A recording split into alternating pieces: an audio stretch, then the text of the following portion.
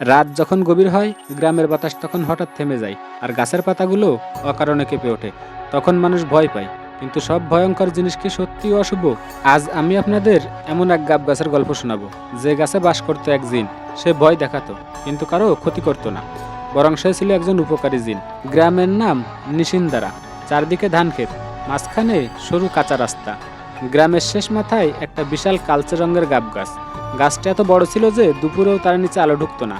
লোকেরা বলতো ওই গাব গাছের নিচে সন্ধ্যার পর গেলে আর ফেরা যায় না। কিন্তু অদ্ভুত ব্যাপার হলো, 100 বছরে কেউ নিখোঁজ হয়নি।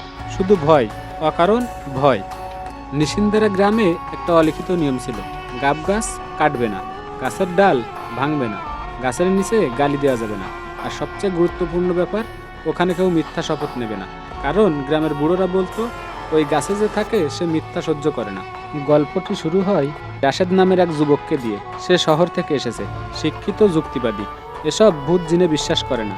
রাশেদ গ্রামে এসে শুনে হাসে, গাছে জিন এগুলো লোকের বানানো গল্প। একদিন সন্ধ্যায় ইচ্ছা করে গাব গাছের নিচে দাঁড়ায়। সে হাসতে হাসতে বলে, যদি জিন থাকিস সামনে আয়।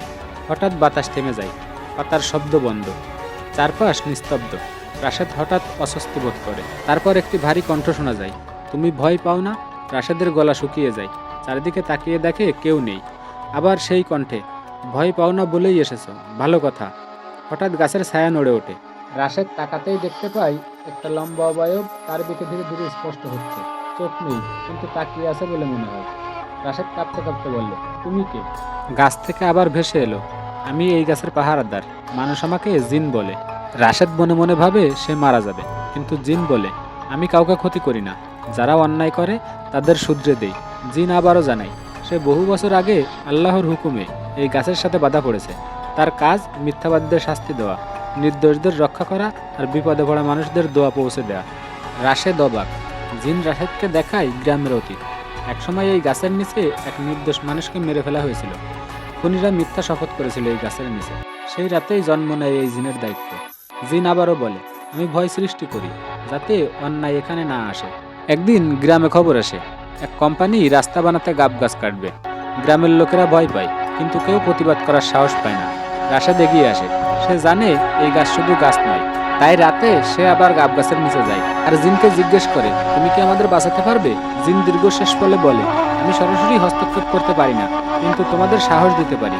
সেই রাতে গ্রামের সবাই এক অদ্ভুত স্বপ্ন দেখে। কেউ দেখে গাছ কাঁপছে, কেউ দেখে গাছ ভেঙে রক্ত ঝরছে, আর কেউ দেখে গ্রাম ডুবে যাচ্ছে। পরদিন সকালে সবাই একসাথে জেগে ওঠে। সবার মনে এক অদ্ভুত ভয় আর এক অদ্ভুত সাহস। গ্রামের সব মানুষ একজোট হয়ে প্রশাসনের কাছে যায়, প্রতিবাদ করে। শেষমেশ সিদ্ধান্ত হয় গাছ কাটা হবে না, রাস্তার দিক বদলানো হবে। আর সেই রাতে রাশেদ আবার আসে সেই গাব গাছের নিচে, আর দাঁড়িয়ে বলে, তোমার উপকার আমরা বুঝি। আর তখন শেষবারের মতো জিনের কণ্ঠ শোনা যায়। সে বলে, আমার কাজ শেষ। যখন মানুষ অন্যায়ের বিরুদ্ধে দাঁড়ায়, তখন আমার আর থাকা লাগে না। সেদিন রাতে গাব গাছটা হালকা আলোয় ঝলমল করে, আর পরের দিন গাছ আগের মতোই থাকে, কিন্তু ভয় আর থাকে না।